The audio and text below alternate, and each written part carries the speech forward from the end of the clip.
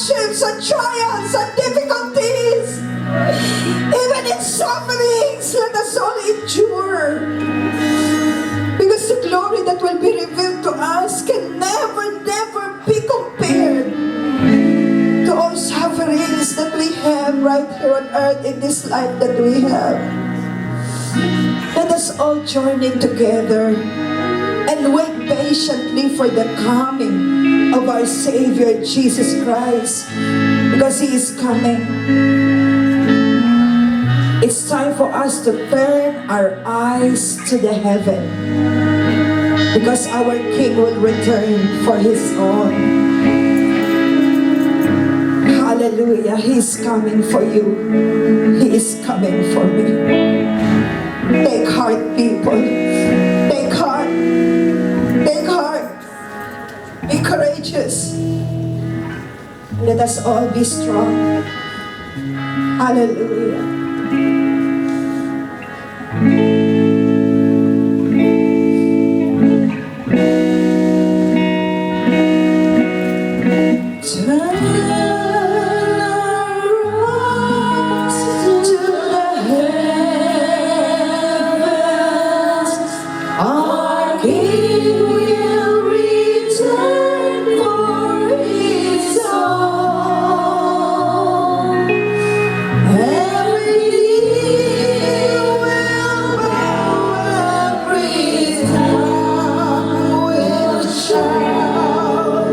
All glory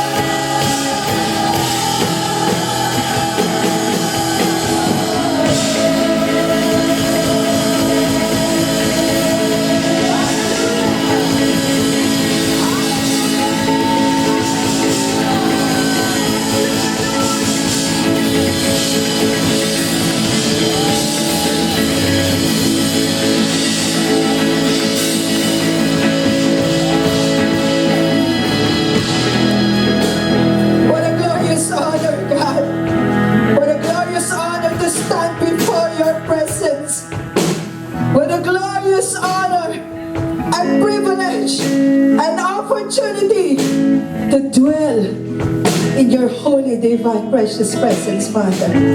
Salamat po ng marami. Thank you so much. Thank you, Lord, for this wonderful moment in your presence, Father God. Thank you, Lord, for this wonderful moment. Hallelujah. Hallelujah. Amen. To God be.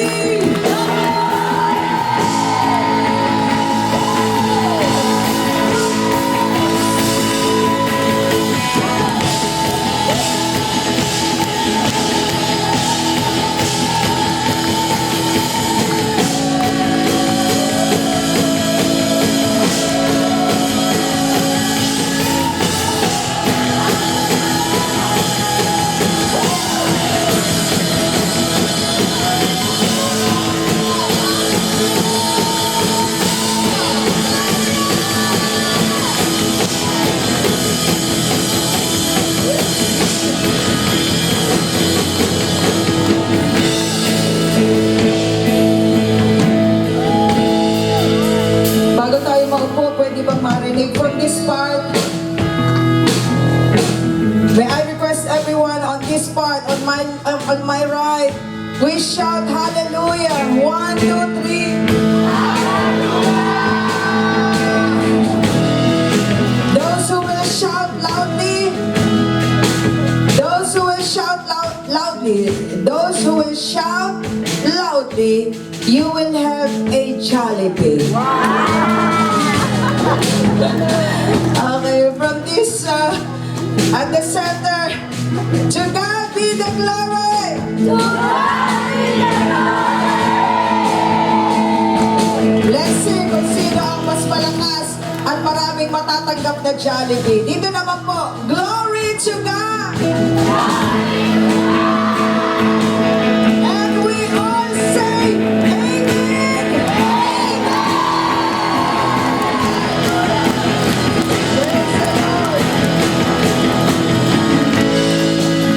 Amen. Amen. Okay, we may take our seat now. Did you enjoy praising and worshiping God? That's the best thing that you can do in your entire life.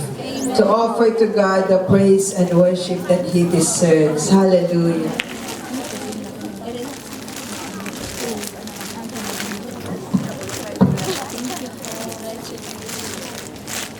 Okay po. Praise the Lord. Gaano kaya karami ang foreign gel? Kasi mas masarap managalog eh. Andito pa naman ang mga taga-Bisaya at saka taga-Mindanao. Tapos Inglisan tayo ng Inglisan dito. Asa na? Ilan na yan? Do we have our employers now? Can we see your hands? Employers, our dear employers. 1, okay. Do you understand Tagalog now? Okay po. So, praise the Lord. God is so good. Di ko matapos-tapos. It's really awesome. When we begin to open up our mouth and really praise God and give Him the glory that He deserves. You know, if you are sensitive enough, I tell you, the glory of God is in this place. Ang hirap hong umiyak, ang hirap sumigaw, but because of His precious presence in our midst, really we are so blessed. Pakisabi sa katabi, you're so blessed today. Tell it to your neighbor, you're so blessed today because you're here.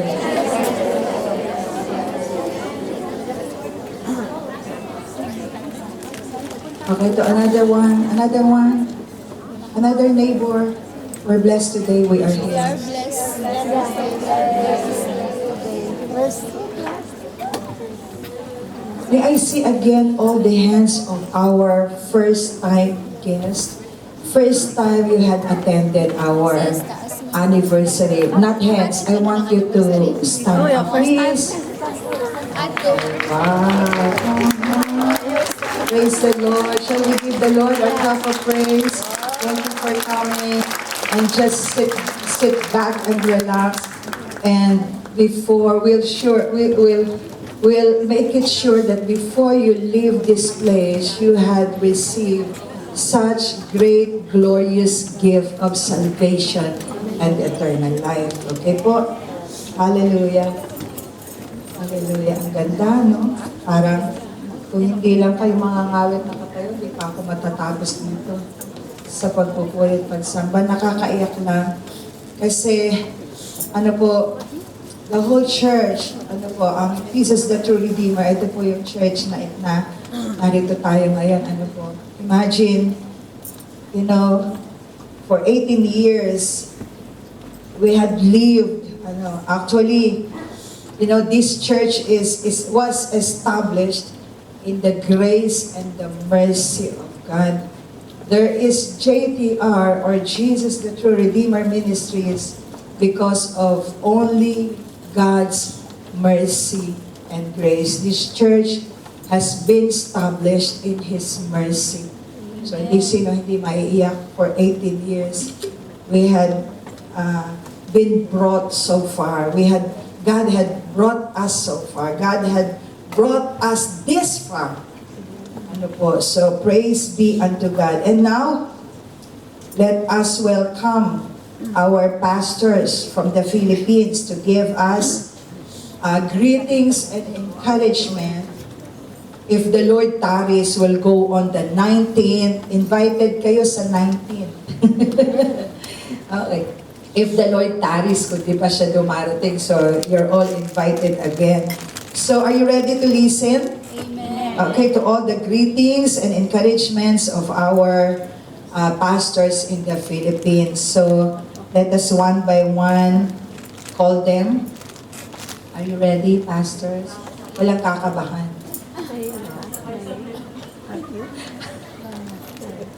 Sabay-sabay na lang kayo pupunta dito. Para may, I don't know, Sabay yung may force, may power. Okay. Anyway, let's call them na, one by one. Okay. Sino ang matapang na mauna dito? From, ano yan? From north to south. Okay, from north to south. Okay, shall we welcome our pastor from Kabatuan, Isabela. Okay. She was here in Hong Kong for 20 years. For 20 years, only one employer. 20 years. Kaya po, in the immigration, wini-welcome siya na todo. The immigration always welcomed her with clappings, you know. Oh, wow, 20 years, only one employer. So let us welcome Pastora Hilary Valencia.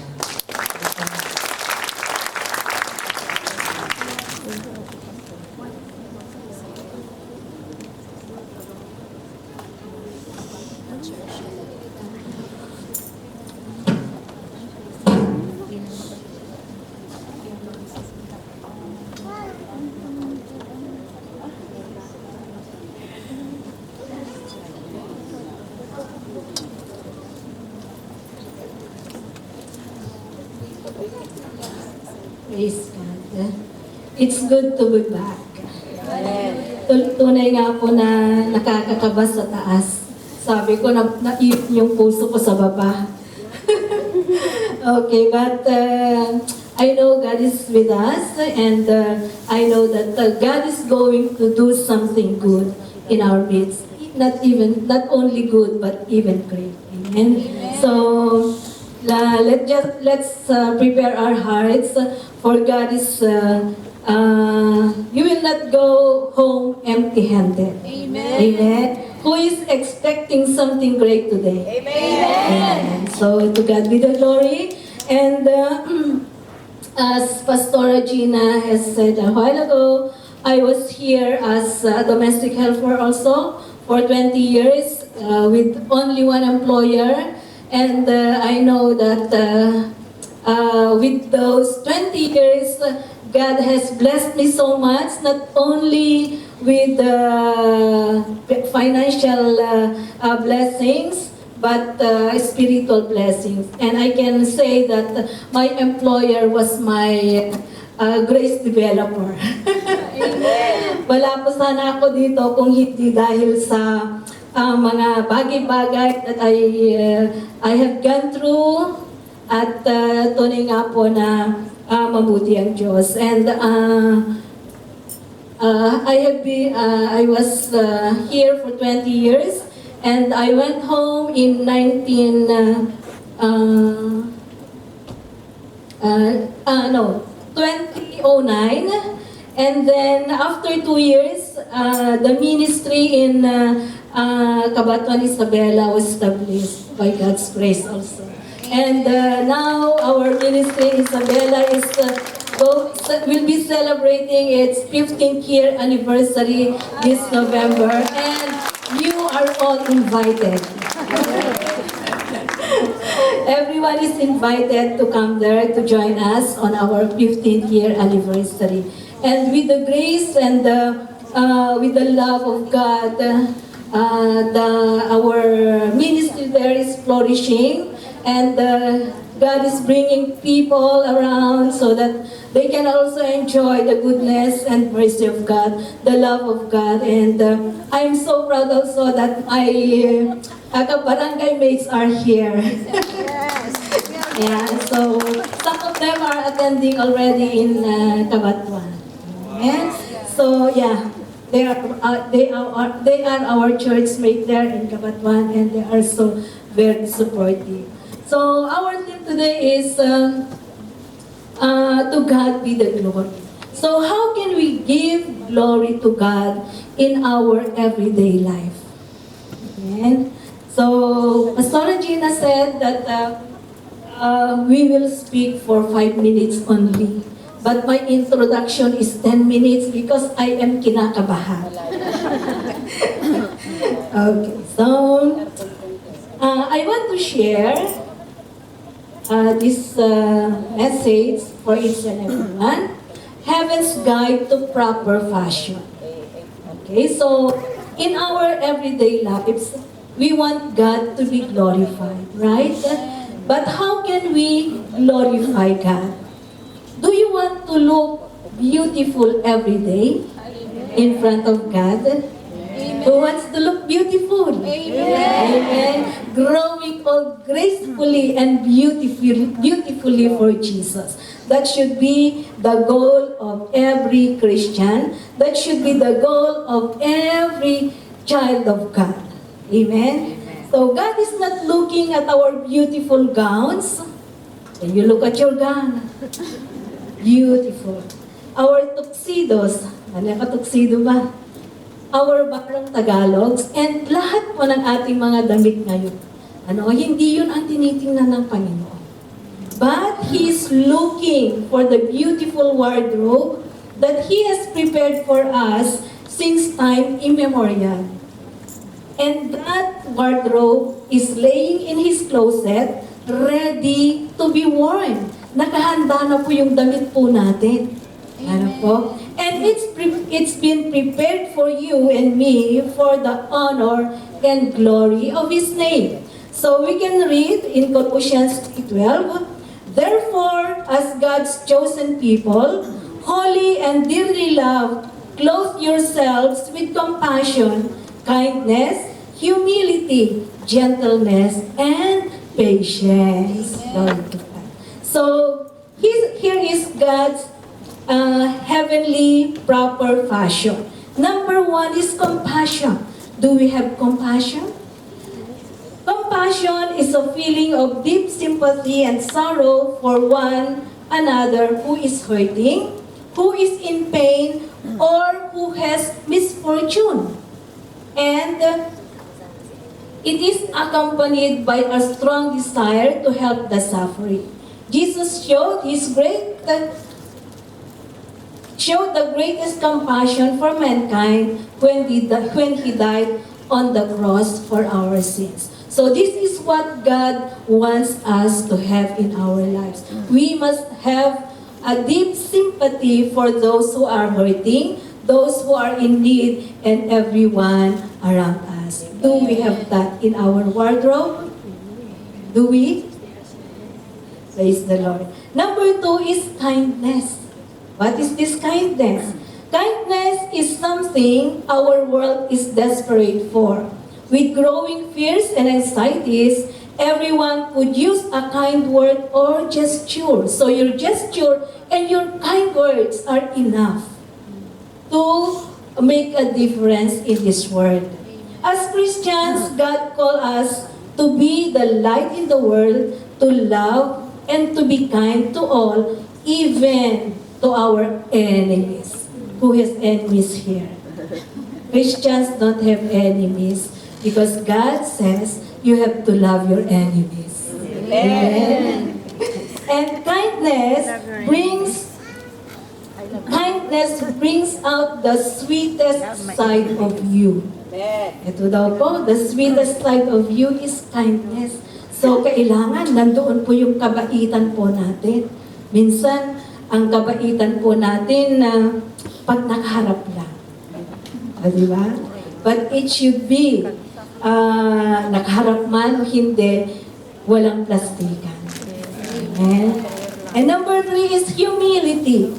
Humility is the ability to be without pride or arrogance. You will miss out on the blessed, abundant life that God wants for you if you refuse to let go of pride and follow His purpose in your life. If you don't let go of pride, you will miss the good things that God wants to shower in your life.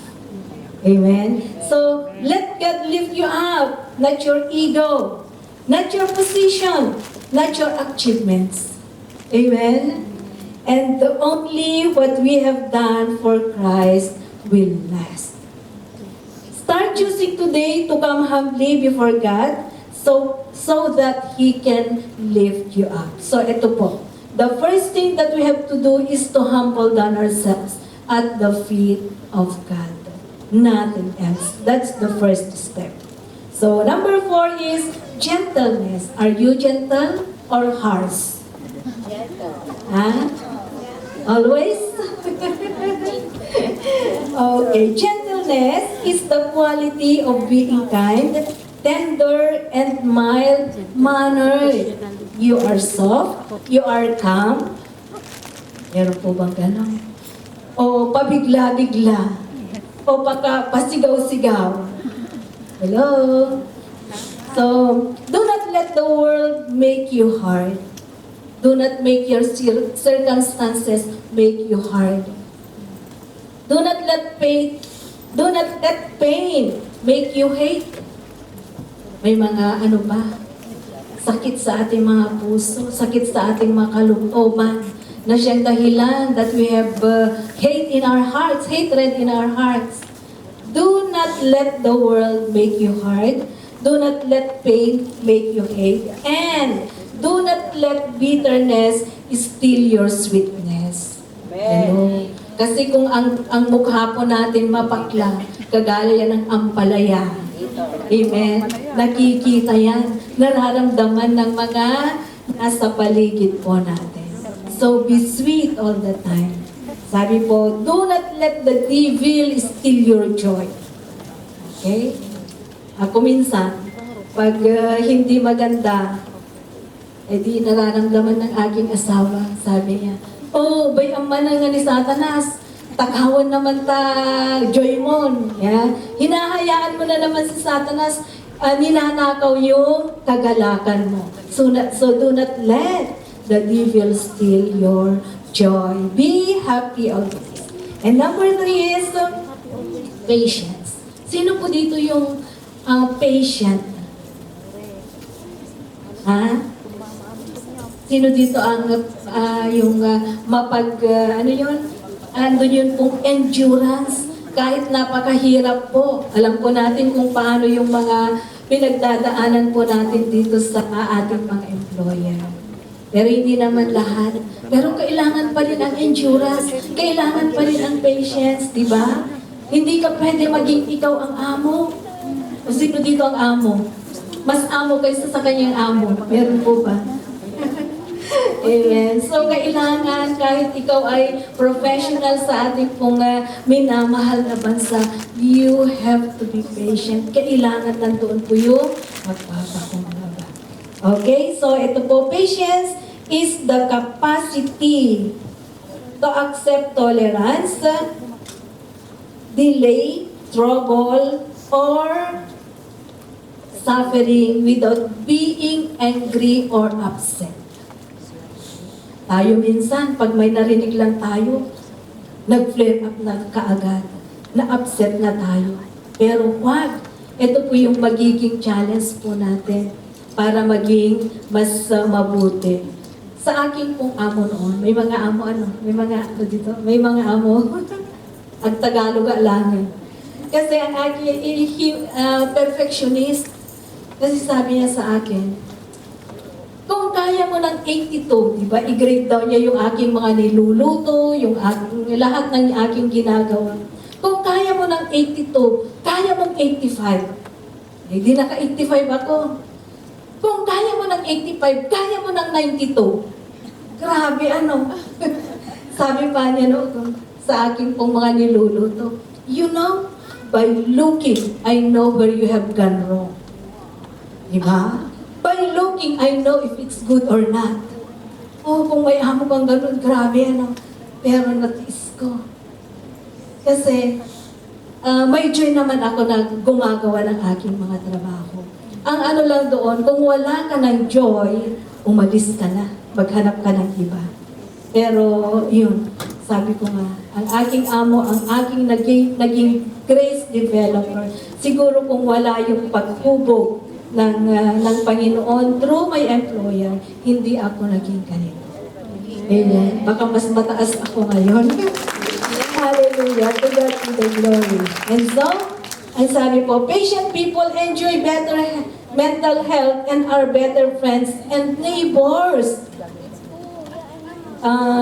Patient people enjoy better health, better mental health, and are better friends and neighbors. Are you a better friend and a neighbor? Yes. Yeah, we are. God has been patient with us individually and with the entire human race, so we are to be patient with others. Jesus is so patient with us because He doesn't want any to perish. So nandyan po yung ating Panginoon.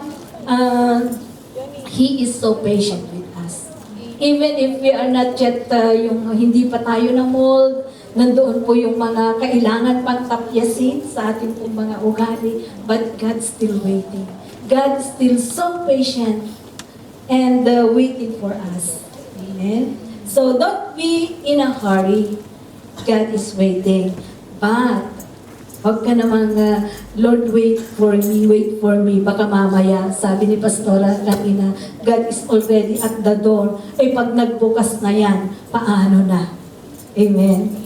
So, sabi, are you ready to put on that beautifully designed wardrobe, or are you wearing it now? Do you already have that compassion, kindness, humility, gentleness, and patience? Meron na ba? O meron pang kailangang hubugin? Amen? So God is waiting for us. And let it be evident in your life now until His glorious coming. If you are already wearing that wardrobe, let it be evident until God's coming. Amen. So to God be the glory. Happy 18th anniversary.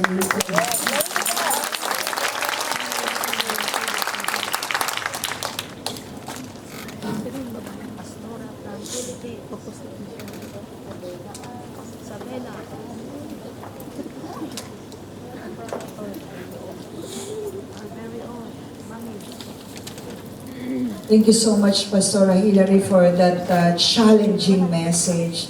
May patience na ba tayo? Kunti lang. Baka next year sa 19th anniversary madagdagan. Okay po, so let us welcome our pastor from Ilagan, Isabela, from north to south tayo. Pastor Lourdes Vizcara. For how many years, Pastor? Ikaw na magkwento. Kayo, ilang taon na kayo? Baka 5 taon na, gusto nyo na sumuko. Itong mga pastora natin, tig 20 anyos dito sa mga employer.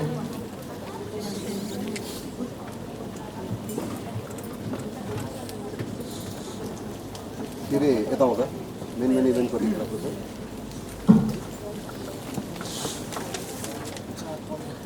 I just don't know what to say. But then, in behalf of Ilagan City, Isabela, JTR, we are greetings you as warmest greeting. Happy 18th anniversary.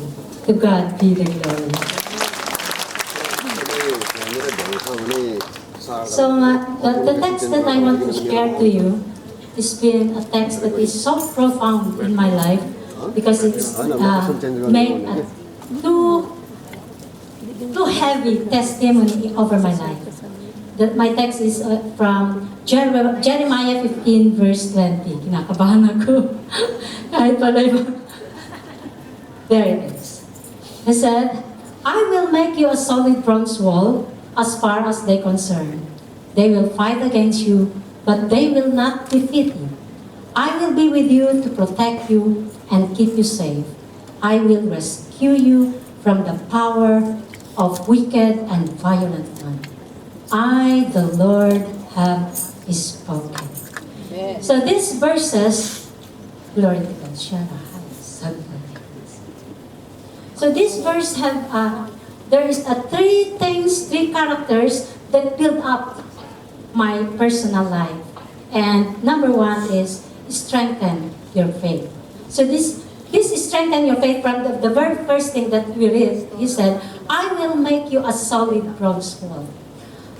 A believer or a person cannot make a solid bronze wall until there are a process that is coming upon our lives. And this is our troubles, the storms in life. Before we become a solid bronze wall, there are a process need to undergo through molding, reshaping, renovating, purifying, to refine, to become fit to the call of God. Like a solid, like a gold, it is always purified and to become a 999, a pure gold. And that is our life. And in my life, I experience, and even you, we experience a lot of storms in life. We experience a lot of struggles. We experience a lot of circumstances that you are not welcome in them, but they always come to you. And that is, maybe it is a physical, maybe it is financial, maybe it is relationship to our families, friends, husbands, or sons, or maybe in the ministry. Whatever it is for our own good. Paul says in Romans 8:28 that all things work together for good to those who love God. And this is to fulfill His purpose, His plan upon our lives. Because He loves us so much. The storm in our lives exercises our spiritual muscles to make us strong. Whatever it costs and whatever it happens, we will stand and firm in our faith in Christ. We will be strengthened through the storm. He flows His power to strengthen us. He is always there for us. So remember that whatever circumstances or storms in our lives, God is always there for us. He is always lifting us up. He is comforting us. He is our great company. He is our great best friend. He's so close to us. He inspired us to go through, to hold firm to our faith in Him, knowing there is hope in Jesus. For there are times that it seems so dark, and our prayer, it seems there's no changes. But remember, there is hope in God. All the mess that we are going through will become a message, a weapon to use to His